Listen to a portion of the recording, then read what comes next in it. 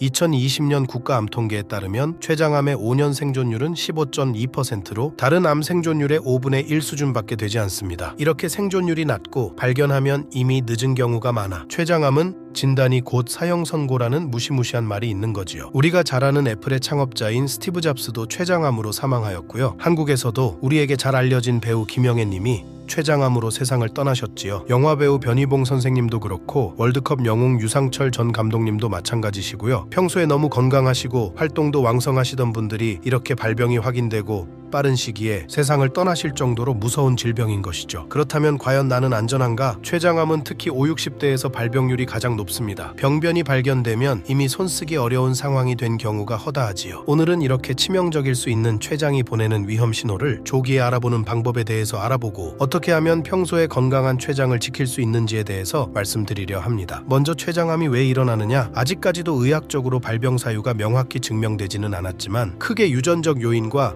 환경적 요인으로 나눠 볼 수 있어요. 만약에 제 주위 소중한 사람이 췌장암 가족력이 있는데 평소에 술을 매일 마시고 줄담배를 핀다, 거기다 기름진 음식까지 즐겨 먹는 생활을 한다면 이런 말 하긴 그렇지만 전 뺨싸대기를 한 대 후려칠 겁니다. 당장 정신 차리라고요. 췌장암으로 소중한 사람을 떠나보낸 지인을 가까이 보면서 그 치료와 과정이 얼마나 고통스럽고 남겨진 이들에게도 얼마나 큰 상처가 되는지 잘 알기 때문이에요. 췌장암은 가족력과 같은 유전적 요인이 크게 작용하지만 그거를 또 엄청나게 악화시키는 것이 바로 환경적 요인입니다. 흡연자는 비흡연자에 비해 췌장암에 걸릴 위험이 2배에서 10배까지 높다는 다양한 연구가 있고요. 또 독주를 즐겨 하는 사람의 췌장암 발생 위험성이 36%까지 증가한다는 역학 연구도 미국에서 있었어요. 특히 이 술이라는 게 흔히 간에만 영향을 주겠지 하고 간 건강만 신경 쓰는 사람들이 있는데 췌장염의 45%는 알코올 때문에 생긴다는 조사가 있고 그렇게 키운 만성적인 췌장의 염증은 무시무시한 췌장암의 대표적인 원인입니다. 중증 췌장염 환자의 25에서 30%가 사망에 이를 정도로 췌장염은 위험한 질환이에요. 그렇기 때문에 췌장 건강을 위해서 당장 가장 우선되어야 하는 것 한 가지를 꼽자면 무조건 금주와 금연입니다. 지금부터 말씀드릴 다른 것들은 모두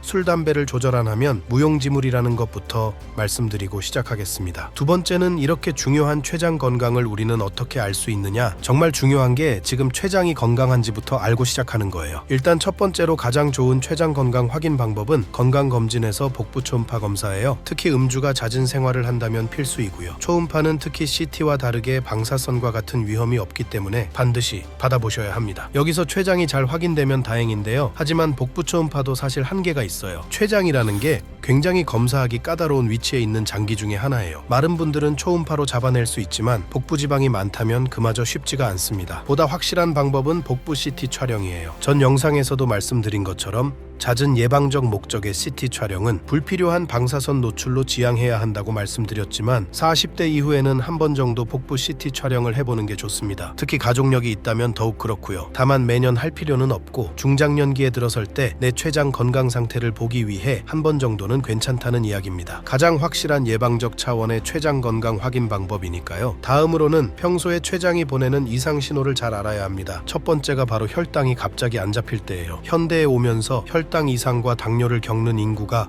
점점 더 늘고 있습니다. 21년 기준 당뇨병 환자가 약 600만 명이나 된다니 주위에서도 흔한 질병 중에 하나입니다. 뿐만 아니라 성인 중 당뇨병으로 발전할 수 있는 당뇨 전 단계 인구는 그보다 훨씬 많은 1,500만 명 수준으로 추정한다는 조사도 있고요. 나이 든 사람이나 젊은 사람이나 할 것 없이 요새는 거의 성인 인구의 절반 정도가 혈당 관리가 필요하다는 이야기가 됩니다. 현대 사회의 저주라고도 할 수 있는 편중된 식이습관, 즉 자극적인 고지방, 고열량, 고단백 음식을 너무 편하게 너무 자주 섭취할 수밖에 없는 환경이라는 게 문제지요. 아시다시피 췌장은 인슐린과 글루카곤을 분비하여 우리 몸의 혈당을 조절하는 중요한 기관입니다. 때문에 우리 몸에 혈당 이상이 생긴다면 기본적으로 췌장이 우리가 요구하는 능력을 제대로 못하고 있다는 이야기예요. 두 번째는 변의 색깔입니다. 췌장 질환의 대표적인 증상은 기름이 섞인 지방변을 한다는 점입니다. 3대 영양소 중 지방은 췌장에서 분비되는 효소에 의해서만 소화 흡수가 됩니다. 췌장에 이상이 생기면 이러한 필수 지방산을 흡수하지 못해 대변의 색깔이 연해지고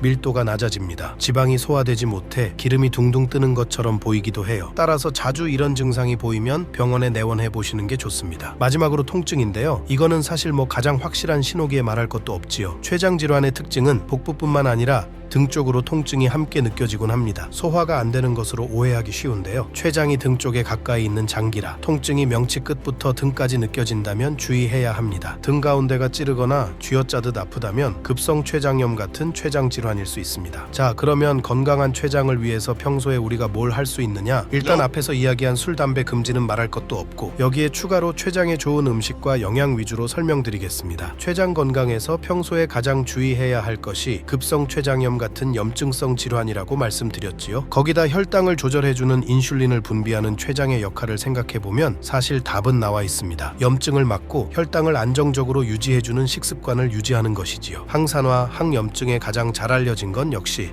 비타민C입니다. 비타민C의 고용량 섭취에 부담을 느끼시는 분들이라도 2g까지는 권장 섭취량의 범위에 들어가니 한 달 정도라도 복용을 해보시는 것이 좋습니다. 평소 건강하지 못한 식습관을 가지고 계시다면 이 정도만 해도 일단 전보다는 훨씬 나아질 것이고요. 거기에 추가로 추천드리는 게 비타민 B군입니다. 비타민 B군에 속하는 물질들은 주로 체내에서 세포의 물질 대사를 촉진하는 역할을 합니다. 한마디로 세포가 에너지를 열심히 낼 수 있도록 도와주는 아주 중요한 물질이지요. 특히 비타민 B6은 당뇨로부터 흔히 올 수 있는 신경 손상을 방지하고 신경 전달 물질 합성에 관여하고요. 비타민 B12는 필수 영양소인 단백질, 탄수화물, 지방의 대사를 돕고 피부 염증을 개선하는 효과도 있지요. 비타민 C처럼 물에 녹는 성분이어서 체내에 쌓이지 않고 대부분 소변 등으로 빠져나가 부작용의 걱정도 거의 없습니다. 당연하게도 이러한 영양소는 우리가 식품으로 필요한 만큼의 용량을 정확히 섭취할 경로가 거의 없습니다. 특히 B12는 건강을 위해 채식 위주의 식단을 하시는 분들께 결핍되기 쉽고요. 그렇기에 우리 몸의 항산화와 항염증에 증명된 비타민C와 에너지 대사를 돕는 비타민 B군은 영양제로 충분히 섭취해 결핍되지 않도록 관리하는 게 좋습니다. 두 번째로 신경 써야 할 것이 식이섬유예요. 현대 식습관의 문제가 바로 높은 당류를 섭취하면서 소화 효소를 만들어 영양분을 소화를 시키는 췌장의 기능에 계속해서 부담을 주고 있다는 거예요. 식이섬유는 영양소의 흡수를 조절하고 느리게 하여 혈당 수준의 급격한 변동을 방지해 주는데 문제는 많은 이들이 지나치게 낮게 섭취한다는 데 있어요. 먼저 제가 추천드리는 것은 배축과의 채소를 더 먹는 것입니다. 브로콜리, 양배추와 같은 배축과 채소는 열량은 낮고 항염증 특성이 있어 세포 손상을 방지하여 줍니다. 또 염증을 줄이는 데도 도움이 되고요. 양배추의 효능과 같은 것은 이미 다른 영상들을 찾아보셔도 많은 분들이 설명하고 있으니 더 언급하지는 않겠습니다. 중요한 건 평소에 균형을 맞출 수 있느냐예요. 만약 평소에 채소를 넣은 식단을 매일 구성하는 게 어렵다면 양배추즙 등 간편하게 섭취할 수 있는 방법을 찾아보셔도 좋습니다. 다만 이런 류의 제품은 당분 등 첨가물이 없는 제품을 고르시는 게 좋고요. 세 번째는 주의사항을 말씀드릴 건데요. 먹는 것으로 췌장을 관리하는 것은 어디까지나